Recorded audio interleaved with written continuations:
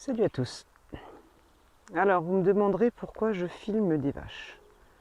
Et vous pensez que cela n'a rien à voir avec ce qui nous préoccupe, le stress et l'insomnie. En fait, voilà, devant, vous avez les vaches optimistes. Voilà, prêtes à explorer le sol, à manger, à se promener, voilà. Et derrière, j'en vois une, deux, trois, quatre. Pessimistes. Oh, il y en a une qui vient de se lever, voilà. Bon, il y en a quand même encore trois qui sont couchés, pessimistes, peur de la vie, peur de se lever, fatigués, pas envie, déprimés. Voilà, ça c'est un petit peu l'image que j'avais envie de vous donner ce matin. Alors comme il pleut, à l'époque où j'étais fleuriste, je me levais aux alentours des 5 heures, mais souvent bien avant les 5 heures qu'après les 5 heures, pour aller aux achats de fleurs. Parce que contrairement à ce qu'on pense, ce ne sont pas les petits lutins qui préparent le nettoyage des fleurs, le lavage, la préparation des vases, les bouquets, les compositions florales et les plantes dans les jolis pots. Ben non, tout ça, ce ne sont pas les lutins. C'est bien l'être humain qui fait ça avec ses 10 petits doigts et sa créativité et son inspiration du jour. Alors, pour en revenir aux 5 heures du matin, heure à laquelle je me levais pour aller chez les fournisseurs et travailler toute la journée en quasi non-stop, quelquefois avec à peine une pause à midi, et fermeture du magasin, rangement du magasin, faire les caisses, donc voilà. Il était très souvent 20 heures quand je quittais mon emploi à l'époque. Autant vous dire que même avec la prime de responsable, ben, je gagnais pas grand chose quand même, hein, parce que divisé par le nombre d'heures, c'était plus du tout rentable, ça c'est évident. Donc je rentrais à 20 heures et puis comme j'avais envie d'avoir une vie sociale, évidemment, ben, je ne rentrais pas tout de suite. J'allais voir mes amis, j'allais manger un petit morceau dans un petit resto sympa et puis ben forcément, quand je rentrais chez moi, il était bien souvent 23 heures. Alors venait encore le moment de la douche et puis la préparation mentale pour le lendemain matin. Ce qu'il fallait acheter, voilà, ce qu'il fallait trouver, parce que ben, avant 5 heures ou à 5 heures, c'est encore le moment où on a la meilleure offre de prix et aussi la meilleure offre de choix.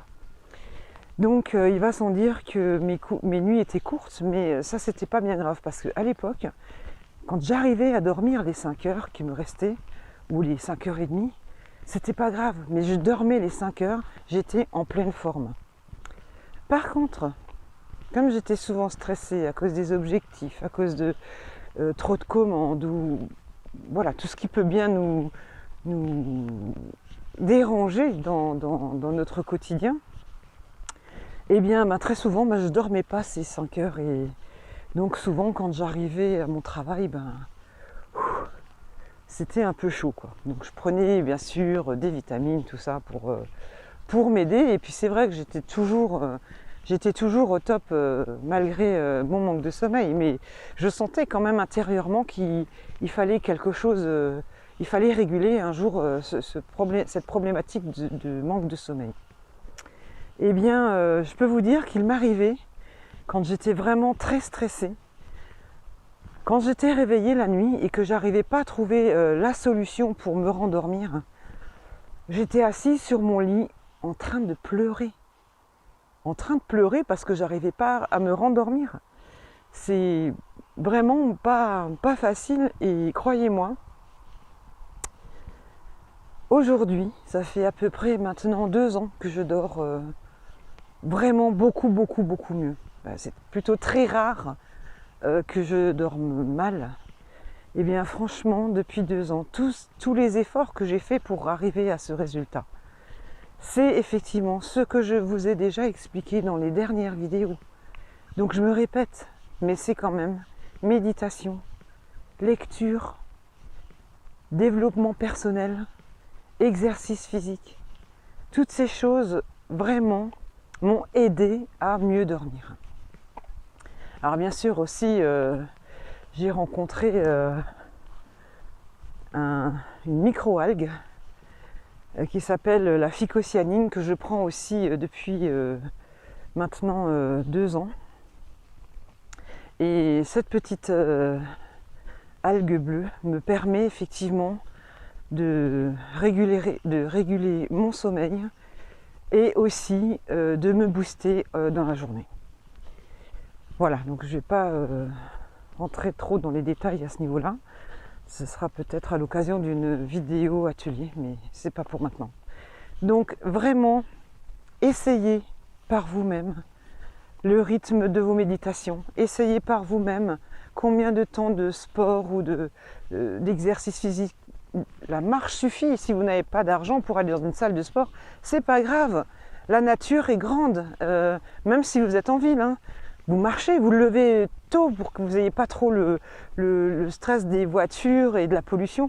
Mais marcher c'est gratuit. Hein. Donc là vraiment, je dirais vous n'avez plus d'excuses. Hein. Donc trouvez votre chemin de réussite, de résultat. Et puis alors notez ce que vous faites. J'ai créé un carnet qui s'appelle Objectif fini le stress et l'insomnie, que vous pouvez trouver sur Amazon. Ça, c'est un moyen, pendant 90 jours, vous notez vos exercices. Et puis, je dirais une fois par semaine, une fois tous les 15 jours, faites le bilan regardez en arrière, lisez vos exercices précédents et puis calez-vous d'autres exercices si besoin. En tout cas, persévérez et vous irez mieux. À bientôt. Ciao, ciao.